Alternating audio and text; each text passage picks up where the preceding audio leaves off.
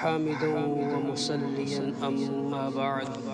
فأعوذ بالله من الشيطان الرجيم بسم الله الرحمن الرحيم وأقيموا الصلاة وآتوا الزكاة قال النبي صلى الله عليه وسلم بني الإسلام على خمس شهادة أن لا إله إلا الله وأن محمدا عبده ورسوله وإقام الصلاة وإيتاء الزكاة وصوم رمضان وحج البيت الله أو كما قال عليه الصلاة والسلام۔ اللہ تبارک و تعالیٰ کا لاکھ لاکھ شکر ہوا، احسان ہوا کہ اللہ تبارک و تعالیٰ نے پھر ایک بار آپ حضرات کے سامنے کچھ کہنے کی توفیق عطا فرمائی۔ آج میں آپ حضرات کے سامنے زکوٰۃ کے بارے میں کچھ باتیں پیش کروں۔ زکوٰۃ کے معنی ہے زکا یزکو زکاءً، یہ باب نصرہ سے آتا ہے اور باب سمیہ سے بھی آتا ہے زکیہ یزکا، اور اس کا معنی ہے کھیتی کا بڑھنا۔ کیونکہ جب بندہ اپنے کھیتی میں عشر دیتا ہے تو اللہ تبارک و تعالیٰ اس کے کھیتی میں برکت فرما دیتے ہیں اور اس کی کھیتی بہت بڑھ جاتی ہے۔ اور دوسرا معنی ہے جو باب تفعیل سے آتا ہے زکا یزکی، تزکیتاً بمعنی پاک کرنا۔ کیونکہ جب بندہ اپنے مال سے زکوٰۃ دیتا ہے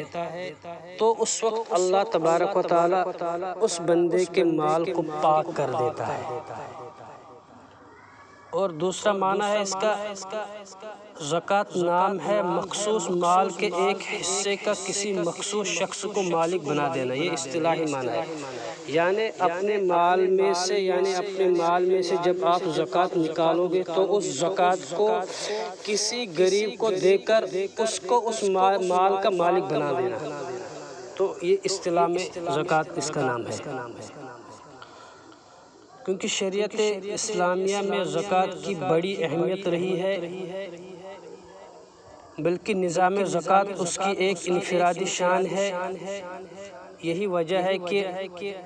روزہ اور حج جیسے اہم ارکان سے پہلے مکہ ہی میں زکوٰۃ فرض ہو چکی تھی، مگر 6 ہجری میں اس کی پوری تفصیل کا نزول ہوا۔ جن حضرات نے قرآن کریم کو بغور پڑھا ہے ان حضرات سے یہ گوشہ مخفی نہیں ہے کہ اللہ تبارک و تعالیٰ نے قرآن میں تقریباً 82 مقامات پر نماز کے ساتھ زکوٰۃ کا بھی تذکرہ کیا ہے۔ نیز حدیث صحیحہ میں بھی اللہ تبارک و تعالیٰ نے نماز کے بعد زکوٰۃ کا تذکرہ کیا ہے۔ چنانچہ حضرت ابن عمر رضی اللہ تعالیٰ عنہ بیان فرماتے ہیں کہ جناب رسول اللہ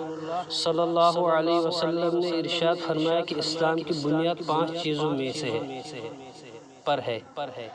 یعنی کہ اسلام کی جو بنیاد ہے وہ 5 چیزوں پر ہے۔ اللہ کی وحدانیت اور محمد صلی اللہ علیہ وسلم کی رسالت کا، نمبر 2 اقام صلاۃ کا، نمبر 3 ادائے زکوٰۃ کا، نمبر 4 حج کا، اور نمبر 5 روزے کا۔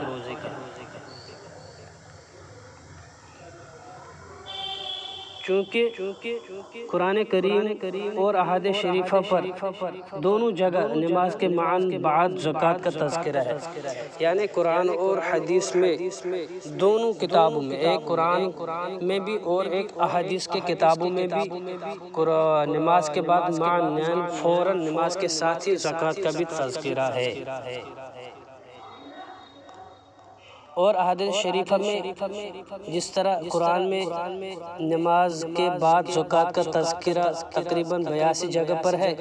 اسی طرح احادیث میں بھی آتا ہے کہ نماز کے بعد 2 جگہ پر زکوٰۃ کا تذکرہ ہے، وہ بھی صحیح حدیثوں میں۔ زکوٰۃ چونکہ اہم رکن ہے اور ہر رکن کے ارکان و اسباب اور شرائط ہوا کرتے ہیں، اس لیے زکوٰۃ کے بھی ارکان اور اسباب اور شرائط ہیں جن کو تمام فقہاء حضرات نے اور شرائع احادیث والوں نے،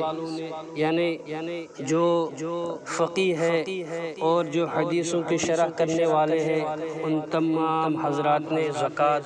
کا تذکرہ کیا ہے۔ زکوٰۃ کا رکن صرف ایک ہے اور وہ ہے اخلاص، اور اس کے بعد فرض ہونے کا سبب ہے مال نصاب کا ہونا، اور اس کے واجب ہونے کے شرائط 4 ہیں، یعنی جن حضرات پر زکوٰۃ واجب ہے وہ صرف 4 اشخاص ہیں۔ نمبر 1، زکوٰۃ جن پر واجب ہے ان میں سے ایک عاقل کا ہونا، یعنی عقل مند کا ہونا ہے، اور دوسرا جس پر زکوٰۃ واجب ہے وہ بالغ ہونا چاہیے، اور تیسرا جس پر زکوٰۃ واجب ہے وہ مسلمان بھی ہونا چاہیے، اور چوتھا وہ شخص ہے جس پر زکوٰۃ واجب ہے اس کا آزاد ہونا بھی ضروری ہے،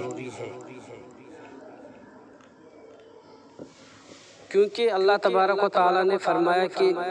جو شخص عقل مند ہوگا اسی پر اسلام کے ارکان، یعنی اسلام کے تمام ارکان اس پر فرض ہوتے ہیں، اور ان میں سے زکوٰۃ بھی ہے، اور جس طرح بالغ پر تمام چیزیں فرض ہوتے ہیں تو اسی پر زکوٰۃ بھی فرض ہوتا ہے، نابالغ پر فرض نہیں ہے، یا جس کی عقل نہ ہو اس پر بھی زکوٰۃ فرض نہیں ہے۔ اور تیسری بات یہ ہے کہ مسلمان کا بھی ہونا ضروری ہے، اگر مسلمان نہیں ہو تو اس پر زکوٰۃ فرض تو نہیں ہے، اس لیے مسلمان کا بھی ہونا ضروری ہے۔ چوتھا، کوئی بندہ مزدوری کرتا ہو، یعنی غلامی کی صورت میں وہ مزدوری کرتا ہو، کسی کا غلام ہو تو اس پر زکوٰۃ نہیں ہے، بلکہ آزاد کا ہونا بھی ضروری ہے۔ اس لیے میں نے سمجھا کہ آج میں آپ حضرات کے سامنے زکوٰۃ کے بارے میں کچھ باتیں بتلاؤں کہ زکوٰۃ کے کیا معنی ہے، اور زکوٰۃ کن پر فرض ہے، اور زکوٰۃ یعنی کن لوگوں پر فرض ہے اور کس چیز میں فرض ہے۔ بس یاد رکھنا ہے کہ 4 چیزوں میں زکوٰۃ دینا فرض ہے، ان میں سے سب سے ایک سونا جس پر ہو 7.5 تولہ، جس کے پاس سونا ہو اس پر زکوٰۃ واجب ہوتی ہے چیزوں میں سے، اور دوسری چیز ہے چاندی کا ہونا، جس کے پاس 52.5 تولہ چاندی ہو اس پر بھی زکوٰۃ واجب ہے، اور نمبر 3 جس کے پاس نقد مال ہو، یعنی جس کے پاس منی ہو، پیسہ ہو، نقد پیسہ ہو، اس پر بھی زکوٰۃ واجب ہے، اور چوتھا وہ شخص ہے جس نے کوئی چیز خریدی ہو اس نیت سے کہ آگے چل کر میں اس کو بیچ دوں گا، اس چیز پر زکوٰۃ فرض ہے۔ اگر کوئی شخص کوئی چیز خریدے اور اس کی نیت اس کی بیچنے کی نہ ہو تو اس پر زکوٰۃ نہیں ہے۔ تو یہ 4 باتیں آپ حضرات کو یاد رکھنی ہے۔ سب سے پہلے آپ کو یاد رکھنا کہ زکوٰۃ کے کیا معنی ہے۔ زکوٰۃ کے معنی پاک کرنا، یعنی بندہ جب